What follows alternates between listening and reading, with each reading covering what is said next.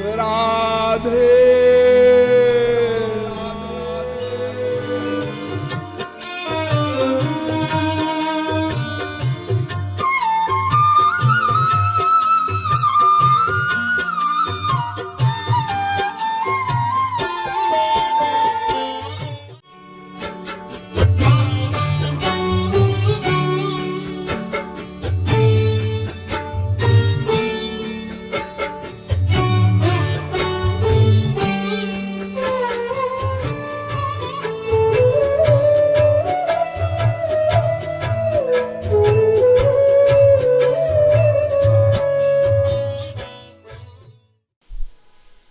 आप कहेंगे हाँ जी वो तो बिल्कुल ठीक है, लेकिन जी वो ऐसा है कि अभी हमारी उम्र ही क्या है, अभी हम 24 वर्ष के ही तो हैं। ठीक है, अब आप 40 वर्ष के हो गए, अब तो भगवान का भजन करिए। जी जब रिटायर हो जाएंगे तब करेंगे। ठीक है, आप रिटायर हो गए, अब तो भगवान का भजन करिए। जी वो ऐसा है कि एक समस्या है। क्या? हमारी गृहस्थी अभी कच्ची है। क्या मतलब? मतलब बेटा व्यापार में अभी पक्का नहीं हुआ है, हम उसके साथ दुकान पर बैठते हैं, या रिटायरमेंट के पश्चात कोई प्राइवेट नौकरी ढूंढ रहे हैं। अच्छा एक बात बताइए कि क्या कभी ऐसा समय आएगा जब आप ये सोचेंगे कि आपका बेटा आपके बराबर योग्य हो गया? बेटा कितना ही योग्य हो जाए, लेकिन बाप हमेशा उसे बच्चा ही समझता है। एक अंगूठा छाप बाप अपने आईएएस में आने वाले बेटे को बच्चा ही समझता है।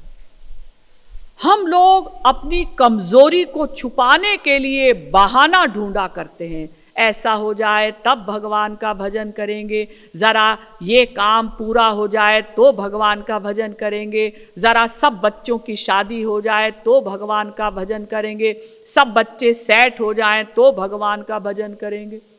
और वो समय कभी करने वाला आता नहीं। इसीलिए बड़े बड़े संतों ने लिखा कि काल करे सो आज कर, काल करे सो आज कर, आज करे सो अब, पल में परलय होएगी, बहुरी करे गो कब। कल से भगवान का भजन करेंगे, कल से भगवान का भजन करेंगे, ऐसा मत बोलो। आज से करेंगे ऐसा भी मत बोलो, अभी से करेंगे।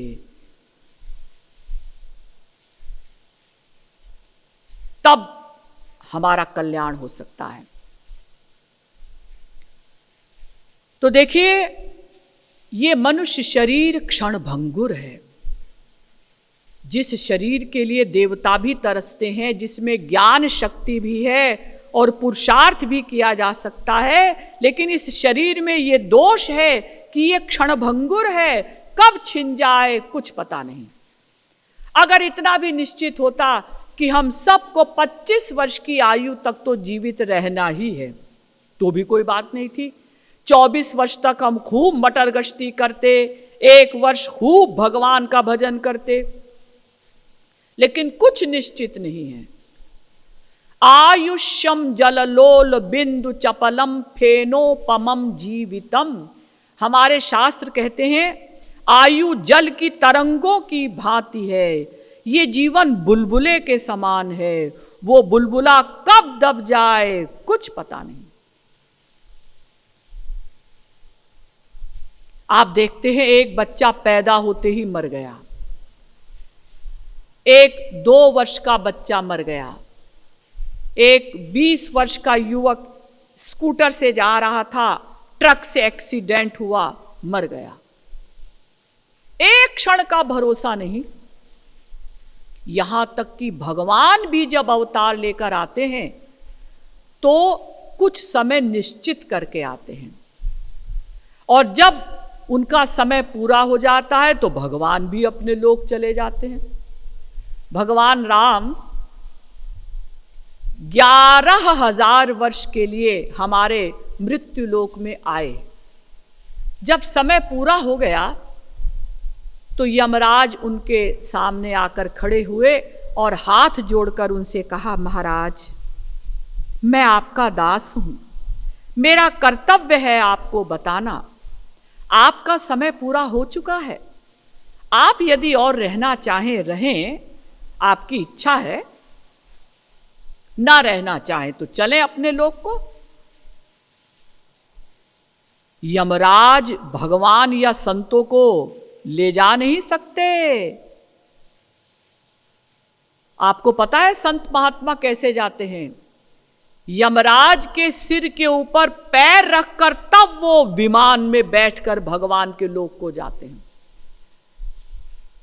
और भगवान तो अपनी इच्छा से जाते ही हैं, संत भी अपनी इच्छा से जा सकते हैं, लेकिन फिर भी जितना समय वो निश्चित करके आते हैं उतना समय पूरा होने पर भगवान और संत भी भगवत लोक में चले जाते हैं।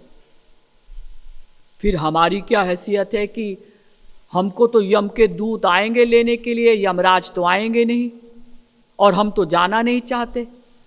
लेकिन हमारे चाहने या न चाहने से क्या होता है, सबको समय पर जाना ही पड़ेगा।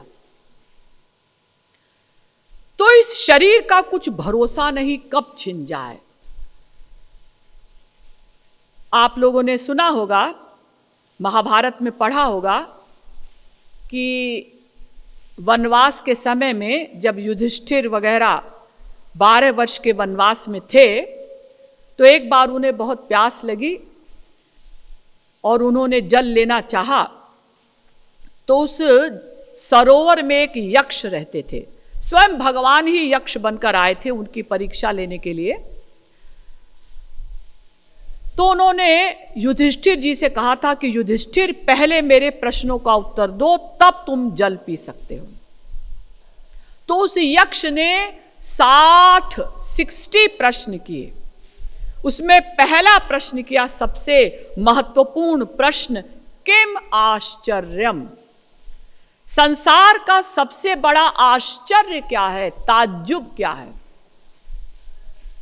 तो युधिष्ठिर जी ने उत्तर दिया था, अहन्यहनि भूतानि गच्छन्ति यमालयम शेषाः स्थिरत्वमिच्छन्ति किमाश्चर्य मतः परम। महाभारत। प्रतिक्षण लोग यमालय को जा रहे हैं, प्रतिक्षण हर उम्र का व्यक्ति मर रहा है, लेकिन शेष बचे हुए लोग समझते हैं हम थोड़ी अभी मरेंगे। बाप के सामने बेटा मर गया, लेकिन बाप सोचता है कि मैं अभी 60 वर्ष का ही तो हूं, अभी थोड़ी मरूंगा, कम से कम 20 वर्ष और जीवित रहूंगा।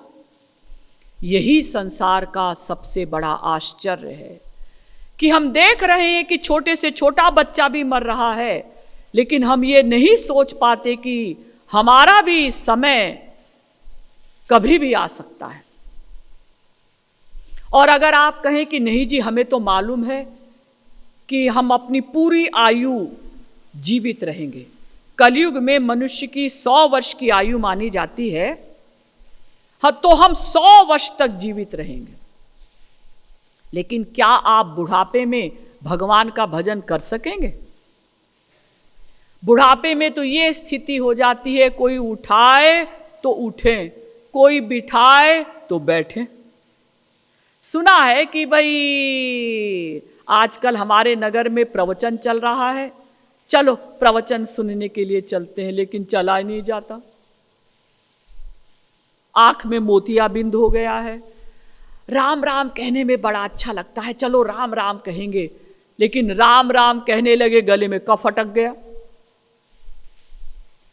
इसीलिए हमारे शास्त्रों ने कहा, यावत् स्वस्थमिदं कलेवर गृहं यावच्च दूरे जरा, यावच्चेन्द्रिय शक्ति प्रतिहता यावत् क्षयो नायुषः, आत्मश्रेयसि तावदेव विदुषा कार्य प्रयत्नो महान, प्रोद्दीप्ते भवने च कूप खननम प्रत्युद्यमः कीदृशः यावत् स्वस्थमिदं कलेवर गृहम्। जब तक ये शरीर रूपी घर स्वस्थ है, यावत् च दूरे जरा, जब तक बुढ़ापा दूर है, यावत् चेन्द्रिय शक्तिरप प्रतिहता, जब तक इंद्रियों की शक्ति है क्षीण नहीं हुई, यावत् क्षयो नायुषः, जब तक आयु क्षीण नहीं हुई, आत्मश्रेयसि तावदेव विदुषा, तभी तक आत्म कल्याण के लिए प्रयत्न कर लो। क्यों?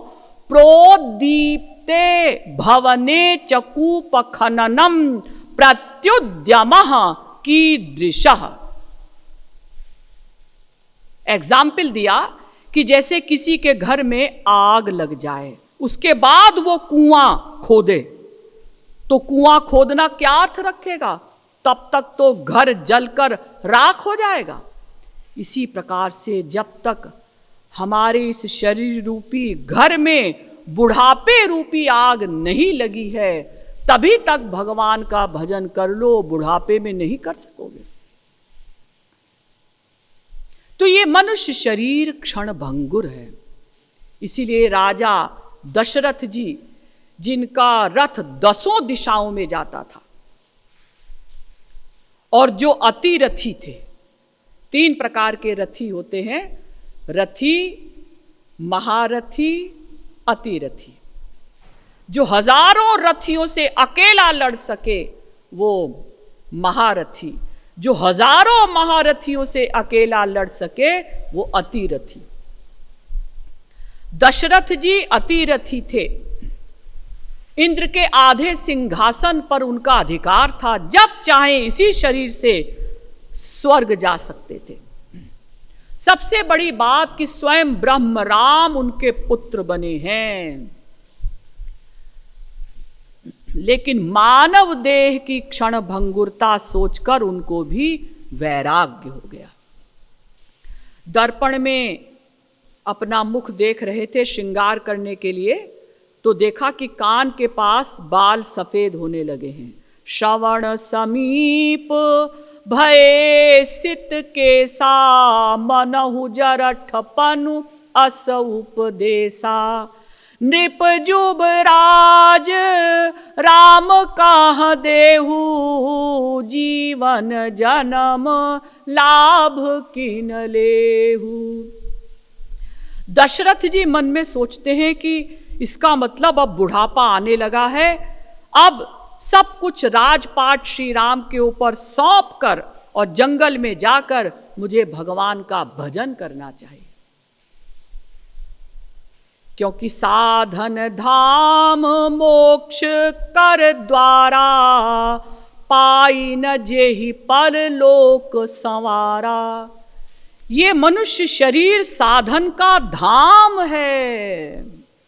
इस शरीर से साधन किया जा सकता है, भगवान की प्राप्ति का साधन। और ऐसा शरीर प्राप्त करके भी यदि हम अपना कल्याण नहीं करेंगे तो फिर कब करेंगे?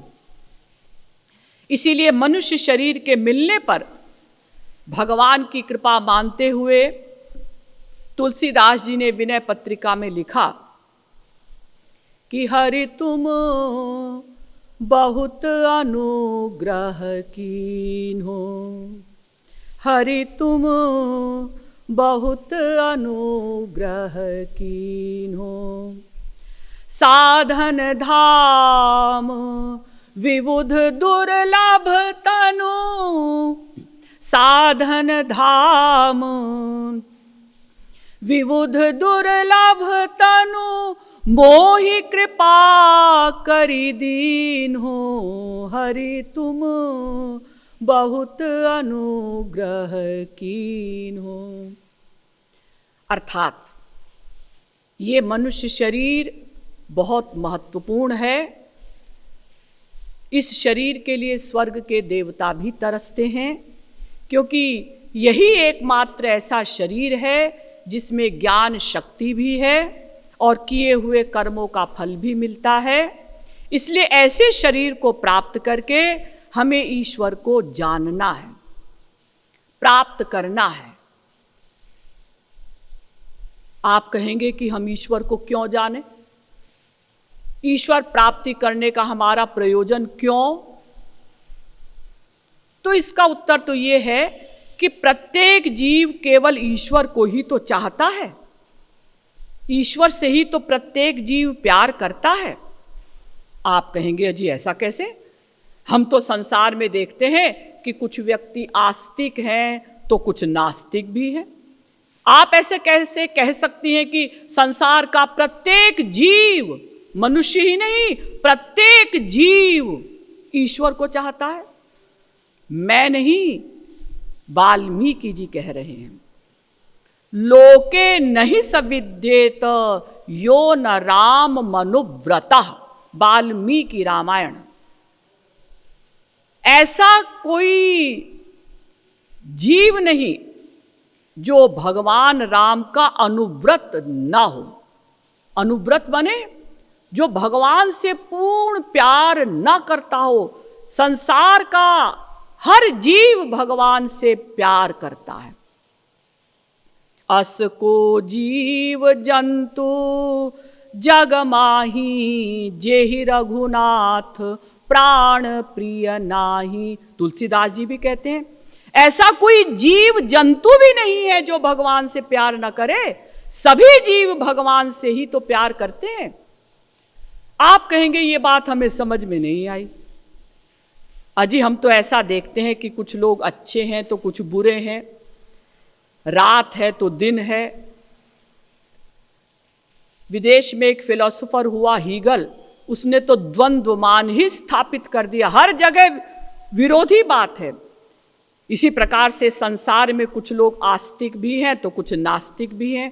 आप ऐसे कैसे कह सकती हैं कि संसार का प्रत्येक जीव आस्तिक है, प्रत्येक जीव केवल भगवान से ही प्यार करता है? हाँ, कल मैं आपके सामने ये सिद्ध करूंगी कि हम लोग सभी जीव भगवान से ही प्यार करते हैं। सभी जीव आस्तिक हैं।